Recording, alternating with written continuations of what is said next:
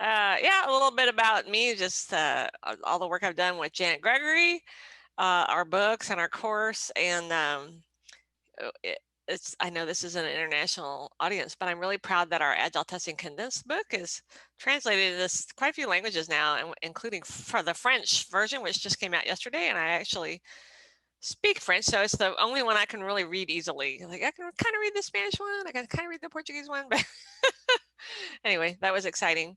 And I also have a free course on Test Automation University. If y'all aren't familiar with that, it's sponsored by Applitools, and it's started by Angie Jones, who is a rock star. And it's got a gazillion courses, some college level, and they're all free, anywhere from Java programming to all kinds of automation related tools. And mine is a test automation and DevOps. So it's a great place to learn. And these are my donkeys. And what I for fun, I drive the donkeys. They pull carts and wagons and do work around the farm. And there's actually a fourth donkey living here now, a little guest, a little permanent guest. So it's pretty fun here at the farm in Vermont. And I work as a tester on a team at OpFi, and you can contact me anytime through Twitter or just my email. I'm always happy to talk with people about all kinds of stuff. So what I want to talk about today is just a thinking tool, the Agile Testing Quadrants, which some of you may be familiar with. It's been around a long time, to help you grow a quality-focused DevOps culture, to make a DevOps transformation, move towards continuous delivery. It's something Janet and I came up with pretty recently, and so it's pretty new. I can't say it's a tried and true way of doing things, but the Agile Testing Quadrants themselves are pretty tried and true. So we're excited about that. So I'm going to start out by do a little short introduction about DevOps and continuous delivery and deployment, make sure everybody's on the same page with the terminology, because that's always tricky. And then look at the evolution of the Agile Testing Quadrants to show how we've adapted them as our software development world changes. And then I'm going to just talk about the quadrants, how to use them, how to apply them to things like your deployment pipelines, and some of the benefits you might expect. So again, we'll have Q&A at the end, but if I say something you don't understand, or you have a urgent question, feel free to ask. I like to make this as interactive as possible. So DevOps, it's a loaded term. Patrick, why can't I think of his last name? Patrick Dubois came up with that term, I believe, back before the first DevOps conference, which I think was in 2009. And it was about the time that Jez Humble and David Farley's book, Continuous Delivery, which is still my go-to book for anything related to DevOps and continuous delivery, came out about that same time. And what happened? Why do we have DevOps? So I'm sure some of you, like myself, started with Agile back in the early aughts. I started with an extreme programming team in 2000. And we were all excited about this idea of bringing everybody together on one cross-functional team. And when I was working for a small startup, so everybody was on the team. You know, we had somebody doing sysadmin part-time. We had somebody as a DBA. We had testers. We had developers. We had a product person, scrum master. And it worked so well for us. We're really excited about it. But what happened in a lot of large organizations as Agile became more mainstream is people got cross-functional teams, but they forgot about the ops team. So there were not, the operations was still separate, and the development teams threw deliverables over the wall to the ops team and said, hey, deploy this and take care of it in production. So it was really separating things out. So DevOps is about bridging that gap, making DevOps culture where everybody thinks about not only, well, of course, for operations now, it's all infrastructure as code. So people who are in operations have to know how to code. And developers need to own their product even when it's in production, so that they feel customer pain, so that they're more motivated to find ways to prevent that pain and really make the customers happy, watch what's happening in production and respond to it. So DevOps is about removing all the silos, and we're all talking together. We're creating shared understanding of what features the customers need and what to deliver, and delivering them in small chunks more frequently, shortening our cycle time from when the business has a feature idea to when we get it out into production. And it's a big cultural change, just like agile development is a huge cultural change. Some people, I think, I can't remember who wrote this blog post, but somebody wrote a blog post about how often companies that do a DevOps transformation actually do an agile transformation as well. Uh, and it's a good way to do that. So we're not throwing code over the wall to ops anymore. So when we think about this quality focused DevOps culture, we're thinking about the whole delivery team and anyone else involved in getting these features and changes out to customers, working together, considering all the quality attributes of our product, not just functional quality, but things like accessibility or security or performance, and all the risks that we want to eliminate or mitigate. And so we need to be able to experiment safely and consider this whole life cycle. So you've probably seen this Devops Loop, and Dan Ashby came up with what he called the continuous testing loop, because at all these parts of the process, as we're delivering and getting feedback from production and coming up with new feature ideas and fixing bugs, we're testing around that whole loop as well. So we have to think about, we're obviously going to need about a lot of automation to make this work. But what do we need to use our human skills for, our critiquing ability? So let's talk about continuous delivery and continuous deployment. So this is a definition from the book Continuous Delivery by Jez Humble and Dave Farley. And it's just an approach in which teams produce software in really short cycles. Small changes that are less risky. If you deploy a small change to production and something goes wrong, you know exactly what happened. You don't have to waste time trying to discern, oh, we put 100 changes out in production, which one caused a problem? And in continuous delivery, the software can be delivered anytime. We use things like release feature toggles to make it safe to keep adding to our production code base and then turn the features on when we choose to.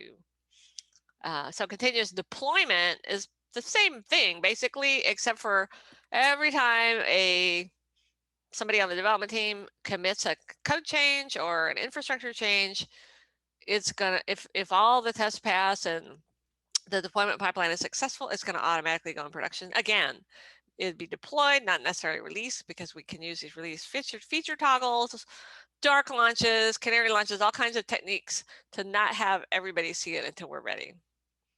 So I'll give a couple visuals on that for people that aren't as familiar with continuous delivery. What's interesting to me, and something I learned from Abby Bangser a few years ago that I hadn't thought about before, is I still run into lots of teams that do not have any automation, and they don't even have continuous integration, but they still have a pipeline, because if you're doing all the steps manually, it's still a pipeline. You've got to do something. Your code takes some path to get out to production. And I learned from Ashley Hunsberger to visualize pipelines like the example here. And what's important is to include the steps that are still manual, because you know you have to do them. So the yellow steps here are the manual ones, and the blue are automated. So when we say manual, like especially things like manual testing, that kind of has a low, I don't know, people don't give it much value, like manual labor. But I've heard other good names for it. Janet and I call it human-centric testing, because it's the testing where we need our human skills. Some people call it humanual. I think Erica Chestnut calls it humanual. So these are really important, and we need to recognize they have to be done and plan for them.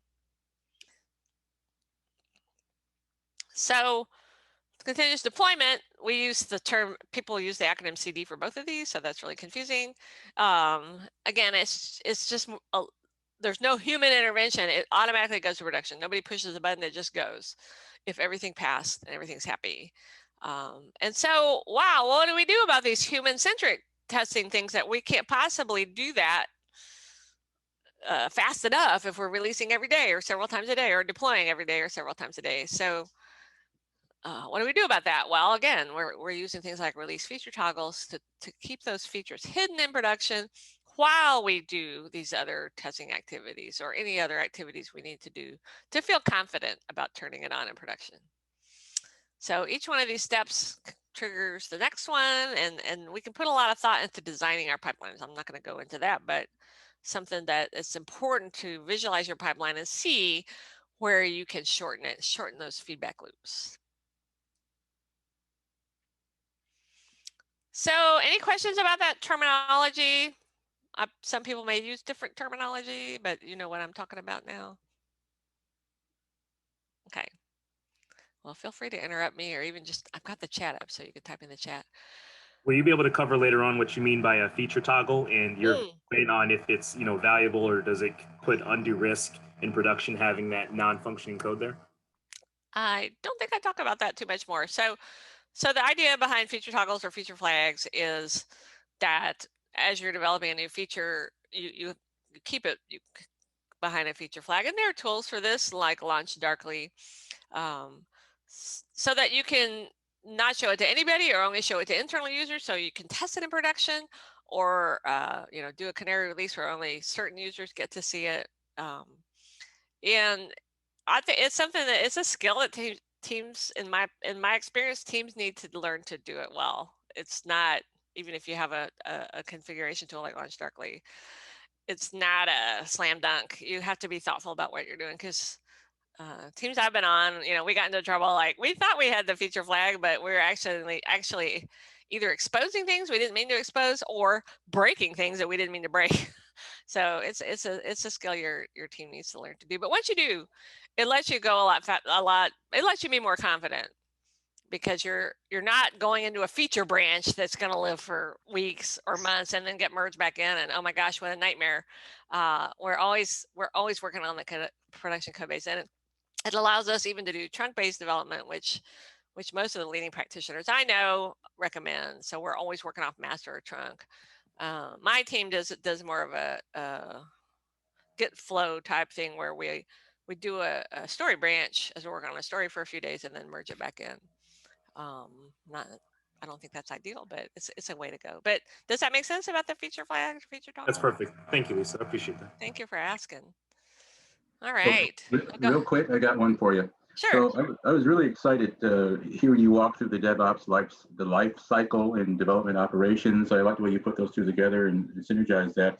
As I looked at your drill down, I know you could wallpaper the room with all kinds of moving parts that go into it, but I didn't see, as the flow down proceeded, I was looking for the SIT, system integration testing, and the UAT and all that type of thing. Is that fully integrated in your model? You just didn't call it out, and I'm not picking things as I'm new at all of this. No, absolutely, you would include those if those are things that you do. And yeah, I know some people say, oh, with Agile you don't do UAT. Well, no, you may still need to do that. You may still have users that want to sign off on it and okay it. System testing, end-to-end workflow testing is very important, and you can't do that at the story level. You have to wait until your epic or your whole set of stories that make up a feature are done. So yeah, absolutely, it's something you have to build in. And again, that's where it's very handy to have a feature flag, so you can Thank you very much. You can even be done coding and you can keep testing it without impacting production. So great questions. And also making a close eye on production, having observability so that you're recording all your events. And when something does happen that you didn't expect, you can ask questions of your production system and find out what went wrong. So I could do a whole talk on testing and production too. It's around both sides of that loop. So yeah, I know, when Agile development was new, and even now when companies transition to Agile, they go, well, we were not even, we weren't able to do tests when we were releasing every quarter. How would we do it releasing every 2 weeks? And now we're saying, oh yeah, we're gonna deploy every day or multiple times a day. How are we gonna do that? So this is what scares people, exactly what you're talking about. So I'm going to switch and just talk about the quadrants and how they might help us deal with these kinds of problems. So Brian Merritt came up with the Agile Testing Quadrants. You can still find his blog posts on the topic on exemplar.com. He was looking for a way to think about testing in an Agile environment where we are doing these really quick iterations and frequently deploying things, and as opposed to a phase and gated waterfall type situation. And Janet and I used them on our teams and found them really helpful. And so when we wrote our first book back in 2009, we used the quadrants. I'm not going to go into it a lot yet. I'll do that a few slides forward, but you'll see supporting the team on the left. Brian called it something different. Supporting the programmers. He put the supporting the programmers, but we feel like it was more than that. And then Mary and Tom Poppendieck, they added the little clouds, and we really like the clouds with automated and manual, because at the time, that was what was reflected in the activities in each one of these quadrants.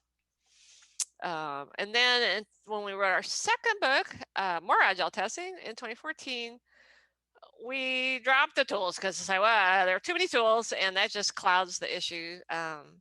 We changed the left side to guiding development, because the left side of the quadrants is all about tests that guide development, test-driven development, acceptance test-driven development, behavior-driven development, and a lot of activities that go along with that. And the right side, critiquing the product. What do we do after the code is written? Well, not always after the code is written, but how do we evaluate the working system?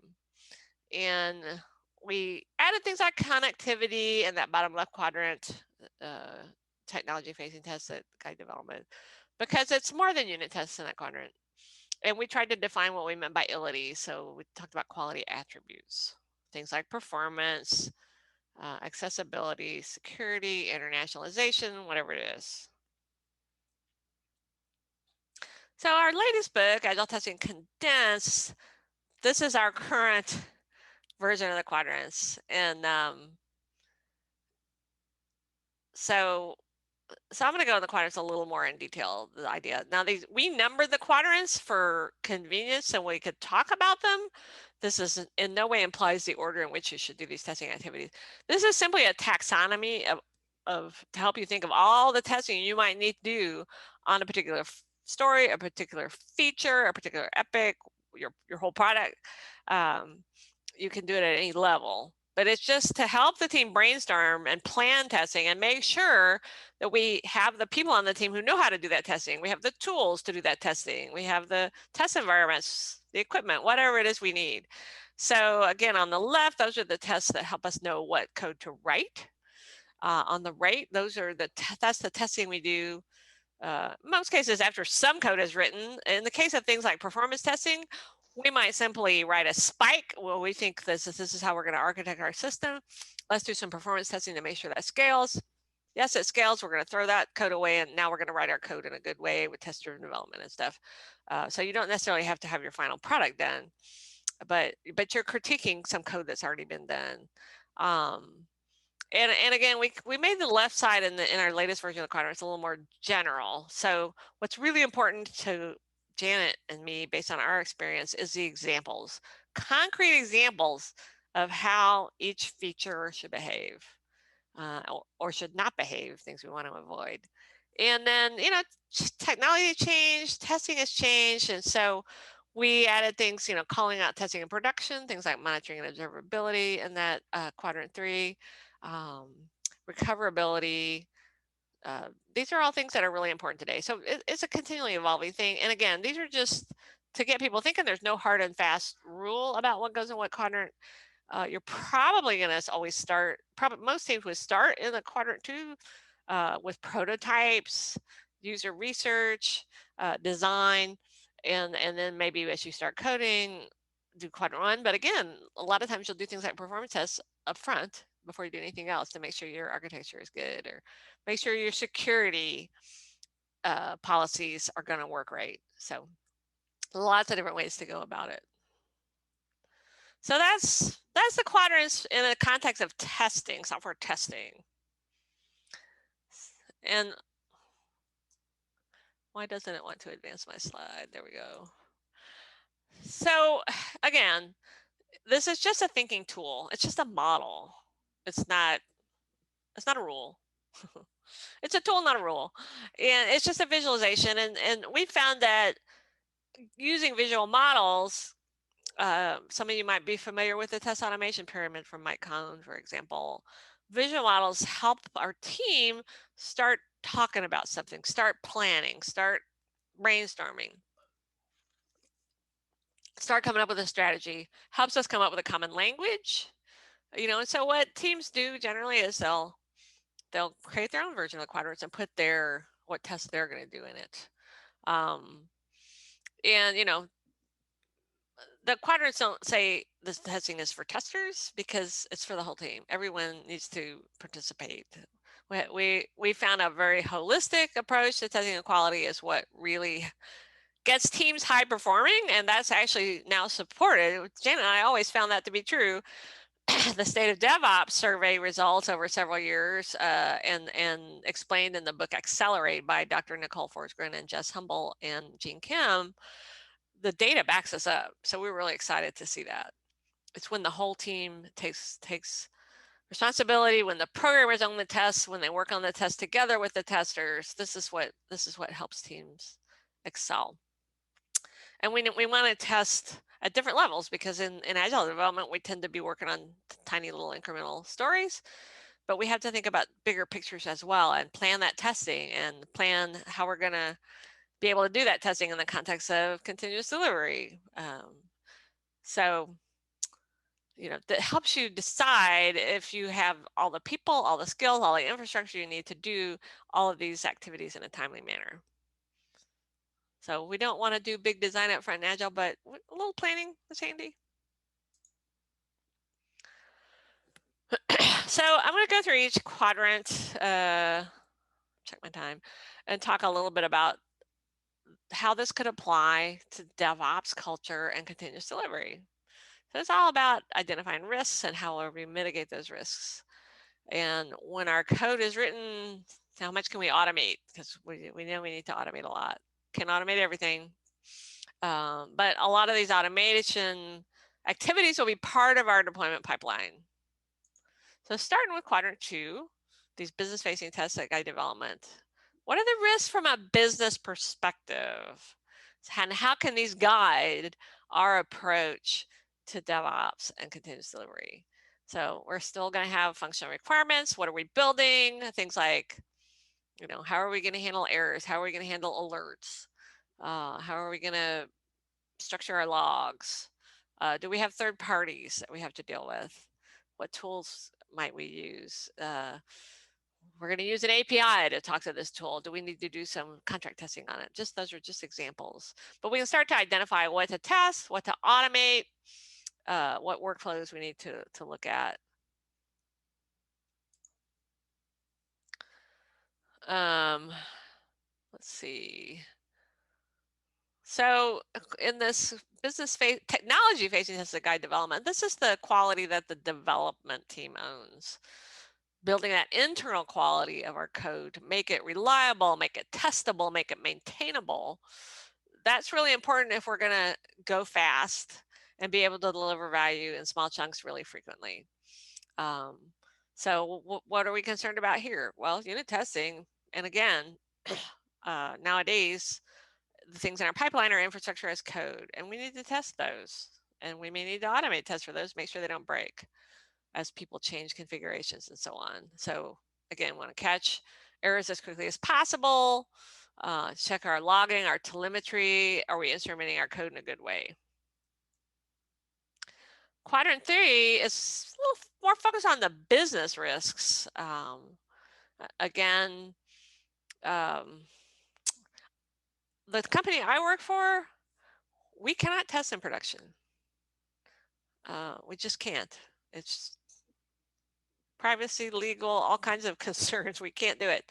So we have to rely on an environment that looks as much like production as possible, so we can do things like our exploratory testing that help us give confidence that we're ready to release a feature. But we don't know what the customers do until they do it. So we have a big investment in our monitoring tools and starting to build observability tools as well, trying to capture all the data that we need to alert us right away about problems, to debug those problems quickly, and also watching what users do with our analytics tools. That feeds back into our feature development. Our product team is looking, how are customers using our product? What do they need? What are their pain points? What can we do to get more customers, increase that conversion rate, whatever. So there are, but I've worked at places where it was safe to test in production. We could turn things on for internal use. I didn't cover blue-green deploys when I talked about terminology, but blue-green deploys means you basically have two production environments that are exactly alike. And so one of them is running your actual production code. That's where your customers go when they type in your URL. The other one is just idle. So we can actually deploy the new changes to it, test it ourselves because it's not, the outside world's not seeing it yet. And if we're happy with it, then we can flip the switch and all the DNS will now point to this new code on the other server. If something goes wrong that we didn't anticipate, we can just flip the switch and go right back. We can do that with feature toggles too. We can turn something on in production. We did this just the other day with my team. There was a problem we didn't anticipate. Flip it off. We fix it, flip it back on. Some teams do chaos engineering where you need a lot of infrastructure to be safe to do this, but just to test the resiliency of a system with all kinds of crazy things that could happen. And then Quadrant 4, this again, talking about our quality attributes, constraints on our system. What are our biggest risks? How do we handle recoverability if we roll something out and something terrible happens? What if something central goes down? The product that I work on is based around Salesforce. Anybody using Salesforce knows that it went down a few weeks back.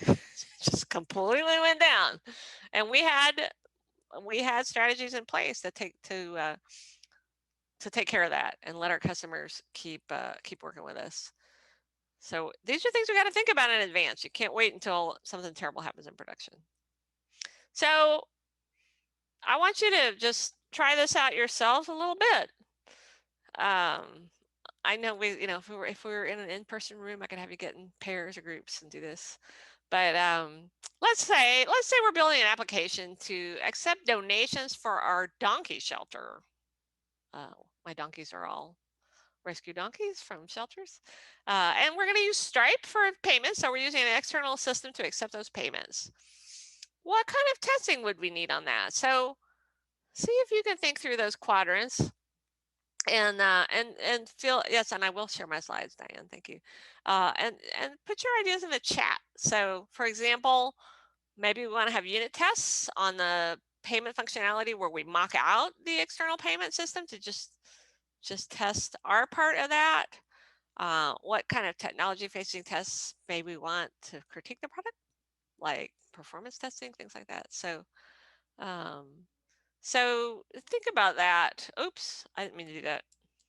And I'm going to go back to this one that has the examples. So if you were testing a payment system that was using an external third-party vendor to process the payments, what kind of testing do you think you might do?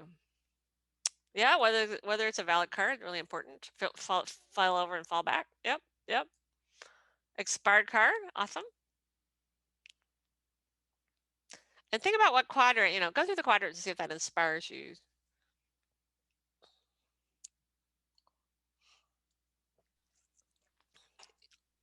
Yeah, different types of cards. Failover, failed card. Yeah. Security is a big one, right? And I mean, this seems so obvious, but you would be surprised how often the business people don't even think about it. Now, these days, if it's a big enough company and, a public company, they have to think about it. But some of the smaller startups just don't think about it until it's almost too late. Fraud's a big one. Yep. Pins.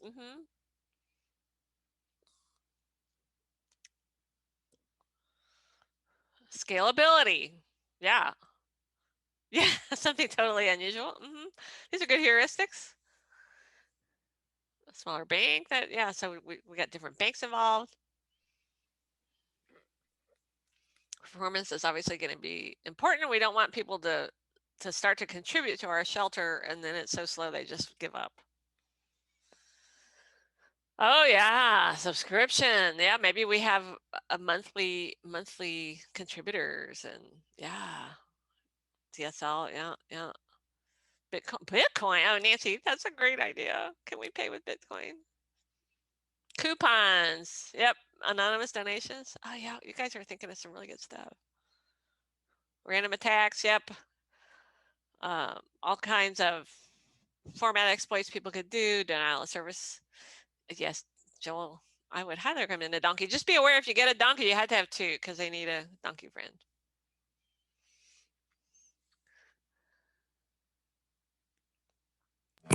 I guess they pair a lot. Can you name the donkey? Yeah.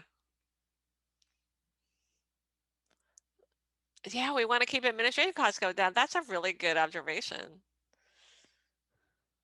I can tell y'all have lots of experience with this.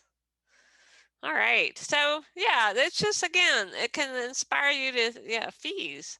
It can inspire you to think about things that are not necessarily obvious right off the bat. And that's the purpose of it. But thinking about it from a more of an infrastructure context, a pipeline context.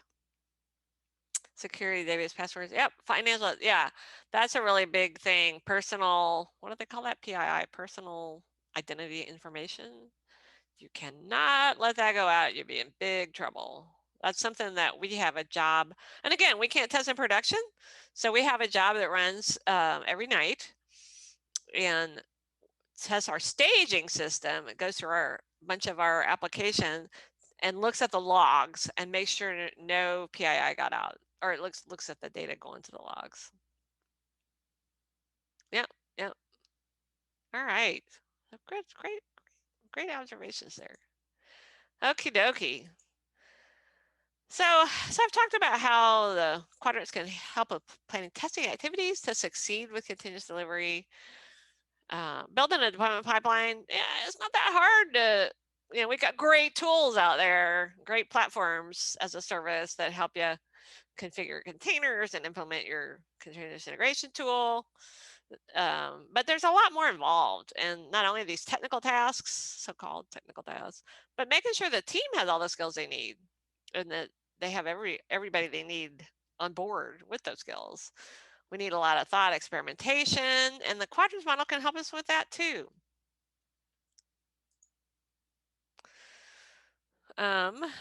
So, we've got a lot of technology, a lot of practices that help us identify and manage risk, and we're not going to get into all of those. But what Janet and I found is important is getting people with different specialties, a diverse group of people talking, which is the great thing about cross-functional teams, a whole team approach. Using techniques like risk storming, story mapping, mind mapping, and all the things that help you visualize and flesh out those unknown unknowns. And once you identify the risks and those associated quality attributes that you need to test, then you can determine how to address them. So I mentioned blue-green deploys earlier.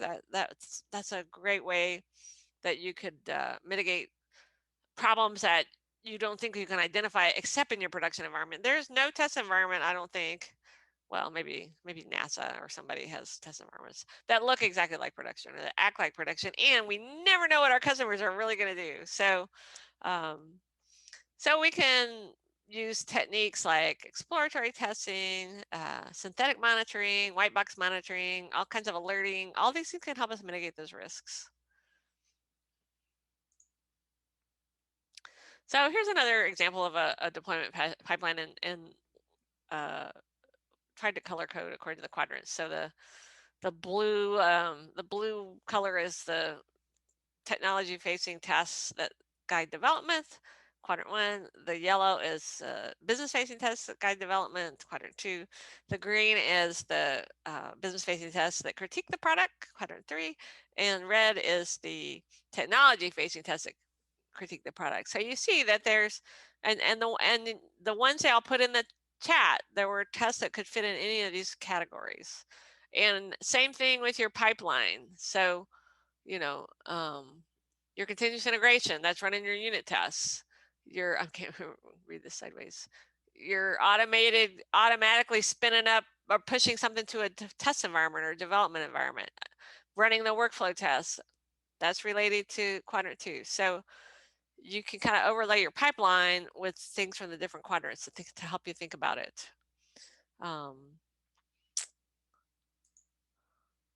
And again, we may need to test that infrastructure code and even have automated tests for it.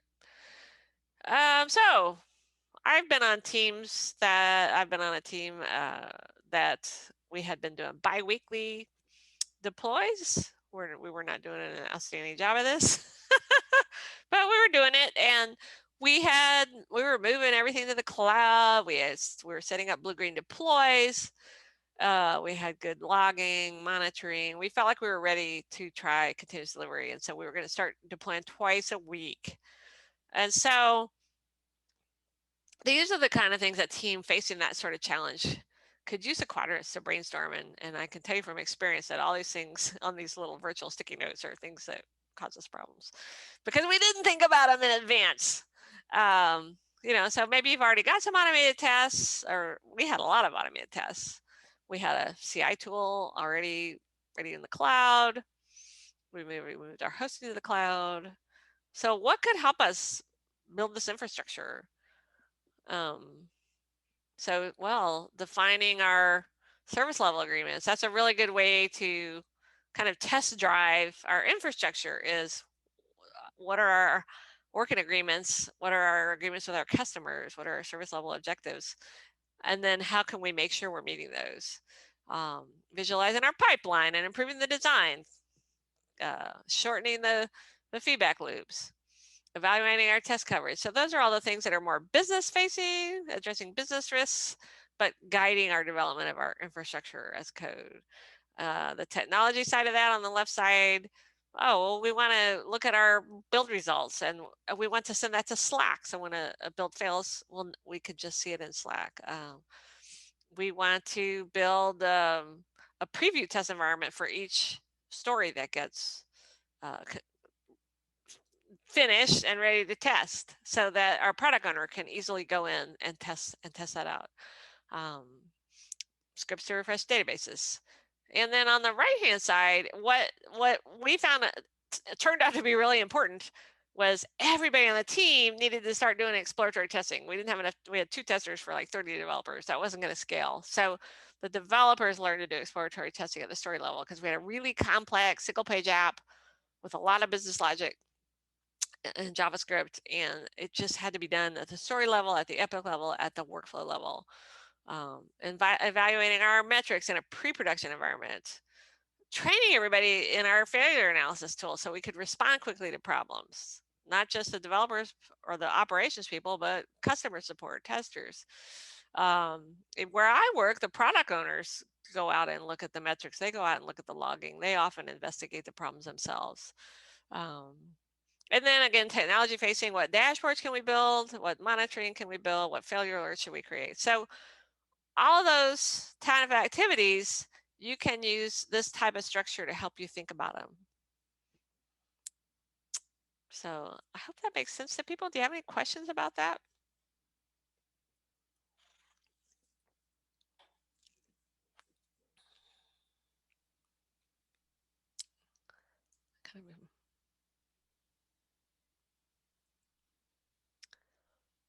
Okay. I shall move on. How to get folks to transition to thinking. Yeah, you know, it is a cultural change. And then those are hard. But I think using something like this, or any visual model really, and we can do this remotely because we got all these great online whiteboards and tools like Miro and Mural, and you know, Google Jamboard works just fine for me. Get people talking, not only talking, but writing on sticky notes, because some people are afraid to speak up in a meeting, but they'll write a sticky note and you can talk about it. So using some kind of framework to let people think about these different kind of aspects of their infrastructure that needs to happen. What do we need to focus on next?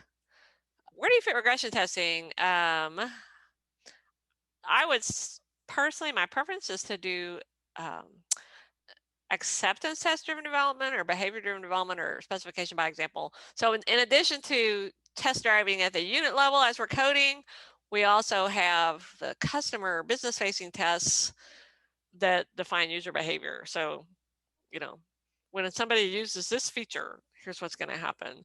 Those turn in, we can automate those tests, make them executable. We make the test pass as we code. And once they're passing, we put them into our continuous integration and they become part of our regression test suite. Yeah, coaching, of course. We need good coaches to ask good questions and guide the team. And we need to be influencers, so we can all be influencers and identify people who are thinking along the lines we are and get together with them. It's like, how can we organize a small session to discuss the things we might need to do to move this in this direction and talk around a visual model like this. Yeah, so y'all have a lot of good ideas to do that. So I don't know, how long do I have for this? I don't want to go over time. 7:45. I mean, you can go until like 8 if you like. Oh, well, 7:45. So I'm going to just skip over this, but you know, think about the quadrants. You know, things like pre-commit scripts to make sure that to do static analysis. Those would be part of your pipeline. The feature toggles I talked about, are they solid? Are they well maintained? We don't want to get a whole bunch of feature toggles and let them get out of control. Do we have monitoring in place? Those kind of things. So use the quadrants to think about things like that. Let's just go over some of the benefits. So some of you may be familiar with Jerry Weinberg, and he's famous for saying, no matter how it looks at first, it's always a people problem. I think we can all relate to that. And some huge, like I've heard statistics, I don't know if they're true, but I've heard people say 80% of software bugs or software problems were a communication problem. That was the root cause. We didn't have that shared understanding when we built our features. And so the quadrants let us build a common language, build that shared understanding, and get the whole team engaged in testing and quality, not only of our features, but of our infrastructure. Getting all the perspectives in the room, you know, that holistic approach. And doing that continuous testing all the way around both sides of the DevOps loop. When people say shift left and shift right, this is how I visualize it, because software development is not linear. It's continual. And so we can think of the things on the left or right side of that loop, and they're equally important. And we have to think about it all the way around and test all the way around. So if you want to be confident about implementing continuous delivery and releasing new features, everyone's different. It depends on your context, but you can use a thinking tool like the Agile Testing Quadrants to help you talk about it and plan. So I've got some references here, and like I say, I will share my slides. If you go to our website, if you go to More Agile Testing on our website, there are 2 free chapters there that if you're interested in this topic, you can learn more. And our Agile Testing Condensed, which is our first 2 books, are really big. Agile Testing Condensed is only 100 pages. So you might want to start there. And you can get that on LeanPub, or you can get it as a print copy on Amazon. And I sent Pepe a coupon code because we can give away a copy. So this is our books. Again, feel free to get in touch with me. If you're interested in our course, that's agiletestingfellow.com. There's a whole story about it. We have a new YouTube channel, Janet and I do, called Donkeys and Dragons, where we do 15-minute little video chats about some topic related to agile testing and quality. So I hope we have a little time for questions. It's a gratuitous donkey picture. So there are 2 right now. Yeah. Is DevOps a whole team approach? Absolutely. I mean, that's what DevOps is really all about. But unfortunately, you know, just as with agile development, companies said, oh, we're going to be agile, and then they did really strange things and called themselves agile. People say, oh yeah, we're a DevOps organization because we have a DevOps team. Well, that's a kind of an anti-pattern because it's all about everybody working together, not people in a silo. The way that where I work, I really like the way they approach DevOps. There are platform teams, so those could be called DevOps teams, but the people on those teams are embedded in the feature teams and development teams, and vice versa. Developers from those teams are embedded in the platform teams, and they rotate. They're not permanently assigned to that team, but they rotate every few months. And that really spreads that knowledge. So I, as a tester, I help when we have a big infrastructure change, I help come up with a testing strategy for it. I work together with the developer and with our platform engineer to plan the testing. I participate in all the deploys.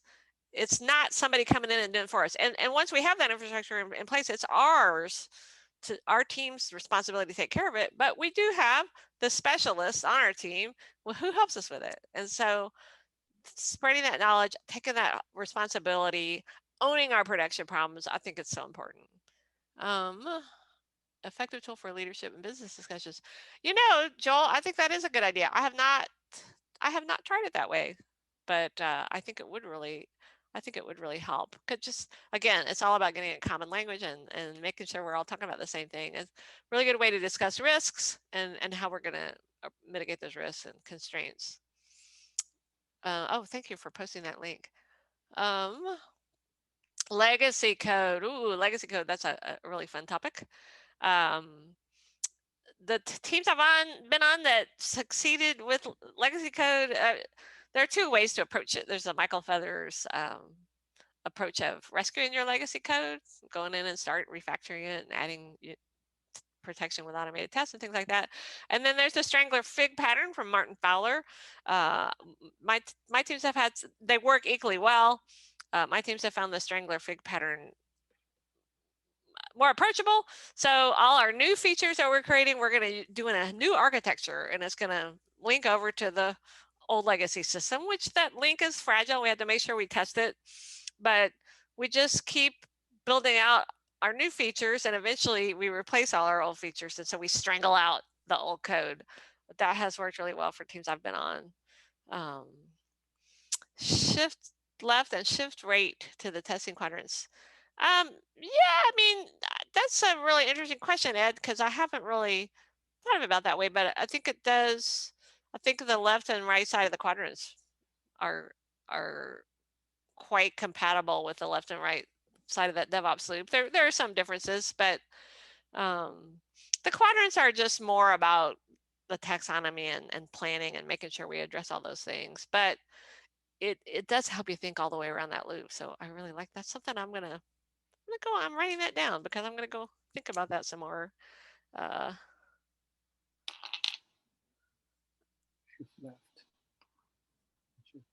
don't want to lose that thought, so I'm writing it down. Yeah, I think that it would. I think it might be a good way to talk about it with the business. And speaking of the business, I mean, one of the reasons Janet and I wrote a short book is that we hoped managers and even maybe executives would read it. But there's also a really good book called Leading Quality by Ronald Cummings Johns and Owace Peer that is all about explaining quality to business executives and managers and why it's important, why you need to make that big investment in it. Because there were two startup founders who started failed because their quality was crappy.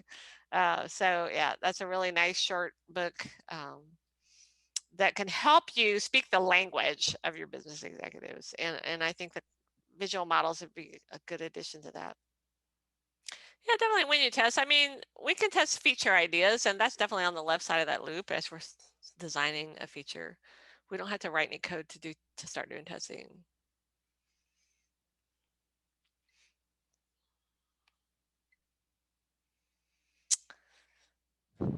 I worry that this talk is a little nebulous because, like I say, it's a new idea. Janet and I were like, what if we applied the quadrants to DevOps and continuous delivery? And we think it's useful, but we don't have a lot of, whereas we have a lot of data that people have used the Agile testing quadrants from a testing perspective, and it works really well for them. We do not have data from teams that have tried the quadrants this way. So we're just trying to throw the idea out there and try to get feedback. Then if anybody tries it, we'd love to hear how it worked for you.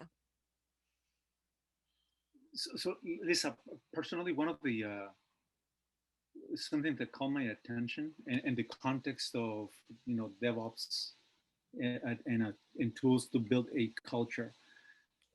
How do you answer that? 2 weeks is not enough time to do the testing. Any insights, any data, any anecdotal data you may share? Well, I would certainly, there's a lot of information on how to do this in the book Accelerate. Okay. There's a big section on there on culture and making that cultural change, and it really requires transformative leaders and that kind of thing. One of the, just a little, well, not little, but I have worked on teams where the development managers understood the value of testing, and especially things, not just test automation for regression testing and functional testing, but the value of things like exploratory testing. And so in the skills matrices for developers to move up the career ladder, those testing skills were part of those matrices. And so the developers were empowered and motivated to learn and do those skills, because that's how they were going to achieve more in their career. When developers are just paid to write code and they're throwing things over the wall to testers, and testers are their safety net, they have no motivation. In fact, they may feel they're going to get in trouble if they slow down to write tests. So it really takes educating your management about, again, why quality is important, why would we need this, why does the whole team need to get involved, and it takes everybody working together on that. Yeah. My team does ensemble programming, or some mob programming, but I like the term ensemble programming better. And so having a tester in the ensemble, as a tester, I ask a lot of questions like, oh, do we have, do we get enough unit test coverage? Do we need some UI test coverage on this? So I ask questions, or trying to understand the feature and make sure everybody's got the same shared understanding. Having people all together real time working on it together is a really effective way to do it. But ensemble programming is a tough sell to managers. Pair programming is a tough sell. So it's all about influencing, and we all have to be change agents. I highly recommend Linda Rising and Mary Lynn Mann's book, Fearless Change and More Fearless Change. It's all about patterns to help you be an influencer. It's really great. Thank you, Lisa. Yeah, Margaret has a good point there. Yep. Visuals. Yep. Worth 1,000 words. Things we haven't thought of. Yeah. You need to teach people how to use it. And I mean, that's what they embark on this journey, and they don't think about. It's not just the ops people that need to know this stuff. Everybody needs to know it, and maybe even some of the people on the business side need to know it. So, yeah, is there time to do testing? I mean, when I get my knickers in a twist because I feel like people are not going to take the time to testing, I say, well, if it doesn't have to work, we won't test it. Your decision. If it doesn't have to work, we don't have to test. Yeah, we won't test it. No big deal. And that's the thing too. A transition I had to make when I went from being a tester in Waterfall to being a tester on Agile teams is I am no longer the quality policeman, and that was a terrible thing to do anyway. I don't own quality. The business owns quality. The customer is the ultimate judge of quality. And so it's not up to me to hold the keys and say this can go out or it can't go out. I can certainly tell the decision makers, here's all the information, here's what we tested, here are the risks, here's what we didn't have time to test. Here's we don't have good logging in place. That's a risk, whatever the risks are, and it's their call. But we can do things to make those risks less scary. If anybody hasn't heard of modern testing, go to moderntesting.org. That's a really interesting take. Basically, they took what Jan and I promoted in our books, and they've kind of added things like data science to it and testers. Jan and I feel like testers do need to act as coaches and consultants on the team, and they really take that to another level. Like, your goal as a tester should be everybody else on the team gets so good at testing, they don't need you anymore, which is a pretty radical thought. I don't think that'll happen in a lot of business domains, because I think nobody can know everything, and I think you still need various specialists on a team. Even if people have some general knowledge, you often need deep specialists in different things. So.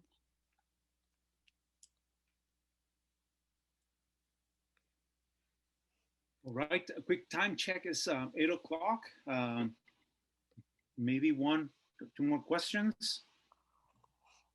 I'd like to jump in and ask my question live really quick if I could.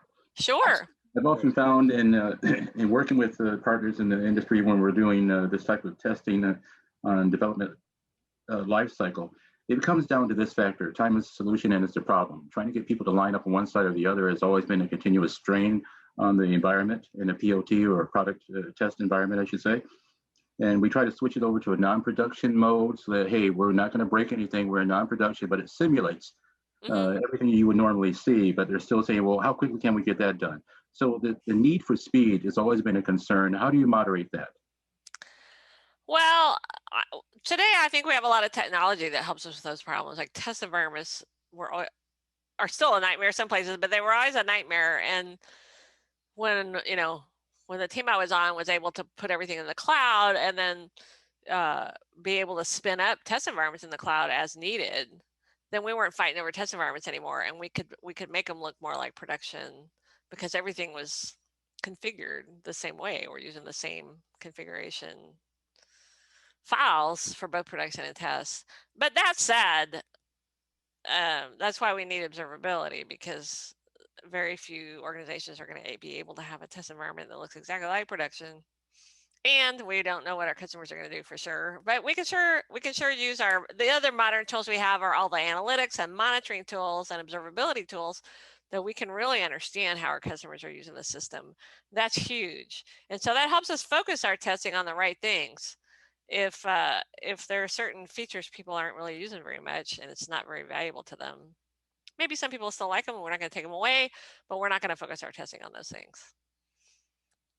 So it's always, we never have time to test all the things, and so it's a crapshoot. And that's why I've been so keen to try to get my team on an observability journey, because observability is all about, basically, it's tool assisted exploratory testing in production, but we need the data to be able to do it. Love your answer. Thank you. Do you have any apps that you would recommend in that space in terms of observability? I'm just starting the ball with Splunk, but you probably have other great ones that you would use for that. I do not have a lot of hands-on experience with the tools. Mostly I have used Kibana, which does have traces, and OpenTelemetry, which is becoming the industry standard for instrumenting the code. But I'm keen to use a dedicated observability tool like Honeycomb or Lightstep, that their database is, I forget what they call it, a columnar database or something, is configured to store the data more efficiently, so you can store more data. You still may have to do sampling. You can't necessarily store all of your event data, but you can sample and make sure you capture all the errors and things like that. I think that Snowflake has that sort of setup as well, but I don't know why it's so slow. I've used Snowflake, and to me it's a nightmare. But yeah, Datadog has. We have Datadog where I work. I haven't had a chance to learn to use it, but that's the direction my team is going. Is we have Sumo Logic and we have Sentry, which does the alerts, but we're planning to move a lot of stuff from Sumo Logic to Datadog, because it's more oriented towards observability with the ability to trace individual users' path through the system and things like that. I am far from being an expert in it. It's just that I know I need to learn it. No, So that I'm was a a big, I'm a big fan of Charity Majors, Abby Bangser. There's a great community of people. Liz Fong Jones, great community of people out there that share their knowledge. So That was great. Thank you, Lucy. Oh, Python and dynamics. That sounds interesting.